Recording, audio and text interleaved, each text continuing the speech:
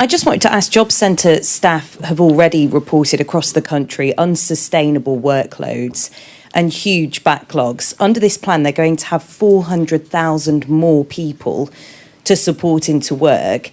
That is a lot of people. Are you confident that they're going to be able to manage that?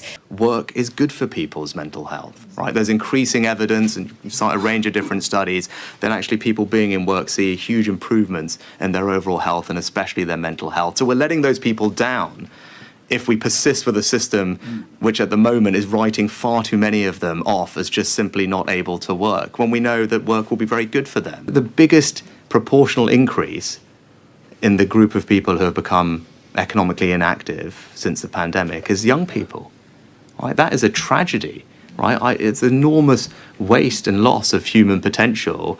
And so as a matter of urgency, we should be wanting to tackle that. And as I said, if you believe very strongly, as I do, that work is good for people, particularly early in their careers and life, then we must look at reforming this system, because how it's working at the moment, it is fundamentally letting these people down if we are writing them off rather than helping them get into work, because that's probably one of the most positive things we can do for them. You talk in your speech about removing benefits entirely from long-term unemployed who won't take a job.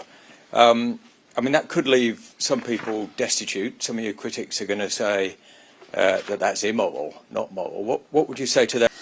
So, look, on this issue that you've mentioned, Jason, I think this is actually, it's important we have a very clear and honest conversation about this. You know, welfare should always be a safety net and not a lifestyle choice. Right? I think that's something I believe. I think that's probably something everyone in this room believes. And we've got a situation at the moment where we've got around half a million people who have been on unemployment benefits for 6 months. 250,000 people who have been on benefits for 12 months, right?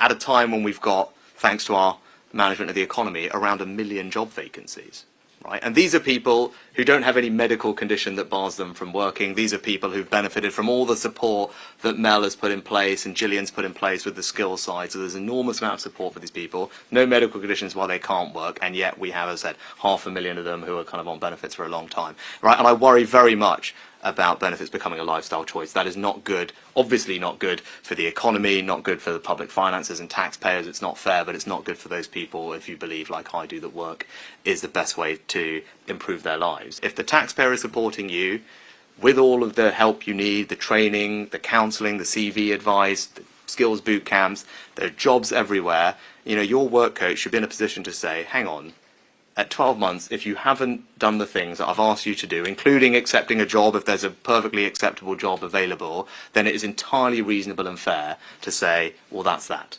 right? Your benefits are stopping. What we will do is bring forward a new fraud bill. A little bit of a difference and a gap between how HMRC is able to go after tax fraudsters and how DWP is able to go after welfare fraudsters, and we just want to make sure that DWP has all the same powers and tools that HMRC has.